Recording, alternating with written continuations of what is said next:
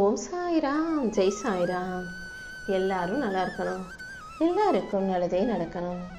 என் அன்பு குழந்தையே, உன்கிட்ட உன் வாழ்க்கையை பற்றின சில முக்கியமான விஷயங்களை பேசுவதற்காகவே இந்த சாயப்பா ரொம்ப நேரமாக காத்துக்கிட்டு இருக்கேன். இப்போது உன் வாழ்க்கையில் நடக்கிற விஷயங்கள் எல்லாம் உனக்கு ஒரு பாடத்தை தான் கற்றுக் கொடுத்துக்கிட்டு இருக்கு. இந்த பாடத்தை நீ சரியாக கற்றுக்கும் போது இதுவே உன் வாழ்க்கையில் பல நல்ல மாற்றங்களை உருவாக்கி கொடுத்துரும். எல்லா மாற்றங்களையும் உன் நன்மைக்காக, உன் நல்லதுக்காகவே நான் செய்கிறேங்கிறத புரிஞ்சுக்கோ. எந்த சூழ்நிலையையும் தப்பி தவறி கூட அன்பையும் பாசத்தையும் கேட்டு அடுத்தவங்க கிட்ட போய் கையேந்தி நிற்காதே. நீ பணத்தை கேட்டாலும் பாசத்தை கேட்டாலும் இந்த உலகம் உன்னை வருத்தப்படுத்தி உன்னை மட்டம் தட்டி மூளையில் உட்கார வச்சிடும். காசு பணம் உதவி கேட்டு போனீனா நீ கையாளாகாதவன்னு உன்னை முத்திர குத்தி உன்னை அவமானப்படுத்தி பேசுவாங்க. என் மேலே அன்பு காட்ட பாசம் காட்ட ஆள் இல்லைன்னு தேடி போனினாலும் உனக்கெல்லாம் அதுக்கு தகுதியே இல்லைன்ற மாதிரி, நீ நல்ல மனுஷனே இல்லாதங்கிற மாதிரி உன்னை மட்டம் தட்டி பேசக்கூடிய மனிதர்கள் வாழும் இந்த பூமியில் நீ பணத்தை கேட்டும் போகாத, பாசத்தை கேட்டும் போகாத. உனக்கு எது தேவையாக இருந்தாலும் அதை கொடுக்க இந்த சாயப்பா இருக்கேன்றதை புரிஞ்சுக்கோ. திரும்ப திரும்ப அவங்கள நினச்சி பார்த்து, அவர்கள் செய்யும் செயல்களை நினச்சி பார்த்து சந்தோஷப்படும் அளவுக்கு நல்ல மனிதர்களையும் நல்ல நிகழ்வுகளையும் நான் உன் வாழ்க்கையில் கொடுத்துருக்கேன் தானே. அப்படிப்பட்ட நல்ல நிகழ்வுகளை எல்லாம் விட்டுட்டு உனக்கு வந்த கஷ்டத்தையும் அந்த கஷ்டத்தை கொடுத்த மனிதர்களையும் பற்றியே ஏன் யோசிச்சு வாழ்க்கையை கவலைப்பட்டுக்கிட்டே வாழ்ந்துக்கிட்டு இருக்க? எப்போவுமே நீ தான் பெரிய புத்திசாலின்னு ஒருபோதும் நினைக்காதே. யாருக்காவது கடன் கொடுத்துட்டு அந்த கடனை போய் நீ கேட்டு பார்த்தீனா அவன் எவ்வளோ புத்திசாலித்தனமாக அந்த காசை கொடுக்காமலேயே பேசி சமாளிக்கிறான். அவன் எவ்வளோ பெரிய புத்திசாலின்னு உனக்கு தெரியும். அதை கேட்டுக்கிட்டு அவன்கிட்ட பதிலும் பேச முடியாமல், கொடுத்த காசை வாங்கவும் முடியாமல் நிற்கிற நீ எவ்வளோ பெரிய ஏமாளிங்கிறது உனக்கு தெரியும். யாரையுமே நீ சாதாரணமாக நினச்சிடாத. நீ தான் இந்த உலகத்திலே அதி புத்திசாலினும் நினைக்க வேணாம். உன்னை விட புத்திசாலியும் எத்தனுக்கு எத்தனும் ஜித்தனுக்கு ஜித்தனும் இந்த பூமியில் வாழ்ந்துக்கிட்டு தான் இருக்காங்க.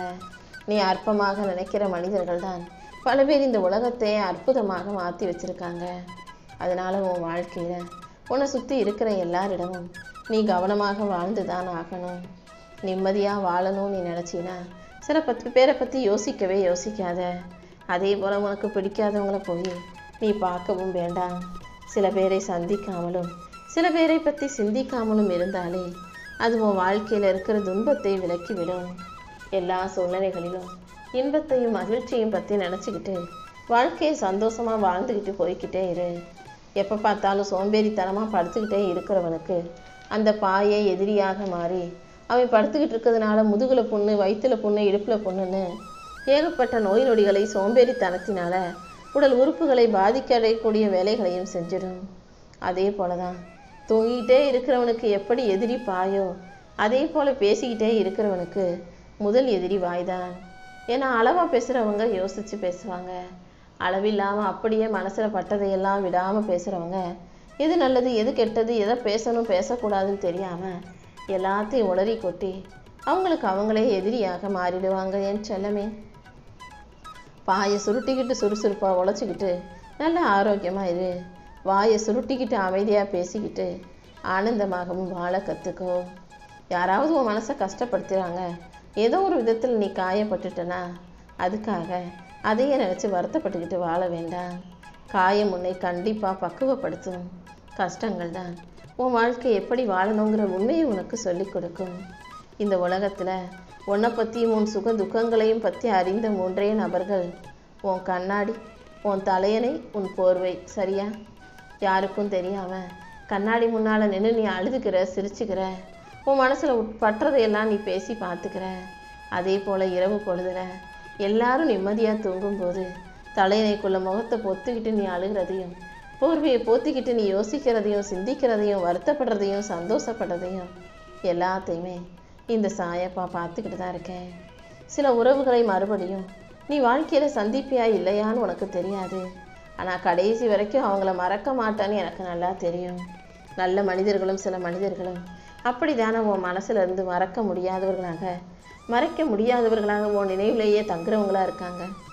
நல்லவங்களை மட்டும் எப்போதும் ஞாபகம் வச்சுக்கோ.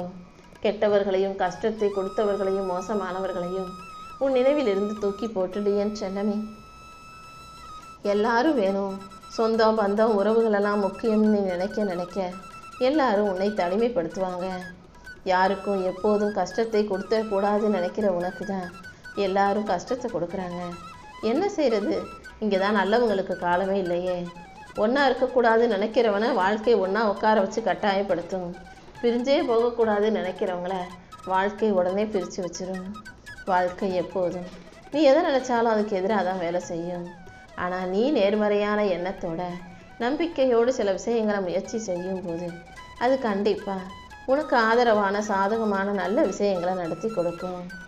இத்தனை நாளாக உன் கூட இருக்கவே இஷ்டம் இல்லாதவங்கள, உன் கூட பேசவே பிடிக்காதவங்கள தான் உன் கூட இழுத்து வச்சு நீ பேசிக்கிட்டு இருக்கன்றத கூடிய சீக்கிரம் நீ புரிஞ்சுக்க தான் போகிற. எத்தனையோ பேர்கிட்ட போய் கெஞ்சி கேவலப்பட்டு அவங்கக்கிட்ட அன்பையும் பாசத்தையும் எதிர்பார்த்து அது கிடைக்காம ஏமாந்து போய் கண்ணீர் வடித்து கஷ்டத்தை அனுபவித்த பிறகு தான் உனக்கு புரியுது பாரு. உன் கூட இருந்தவங்க இத்தனை நாளாக உன்னை பிடிக்காம தான் உன் கூட பேசியிருக்காங்க, பழகியிருக்காங்கன்றது.